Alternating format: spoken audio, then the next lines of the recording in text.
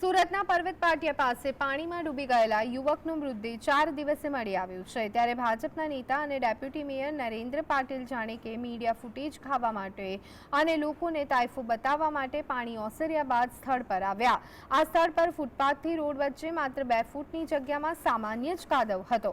Deputy mayor Narendra પાટીલની પહેરેલી pant કાદવમાં ખરાબ ન થાય તેનું પણ તેમણે વિચાર કર્યો। सब फायर ऑफिसरे डेप्यूटी मेयर ने कहूं हूँ तमने लई जाऊं। जे बाद हसता हसता नरेंद्र पाटिल 2 पग ऊंचा करी अने वेतावळनी जेम फायर ऑफिसरना खभे टींगाई गया।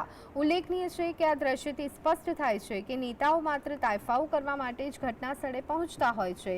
ज्यारे शहर पाणीमां जळमग्न होय छे अने लोको भारे परेशानीमां होय छे त्यारे नेताओ क्यां होय अथवा तो कई गुफामां जई अने संताई जाय छे ते सौथी मोटो प्रश्न छे।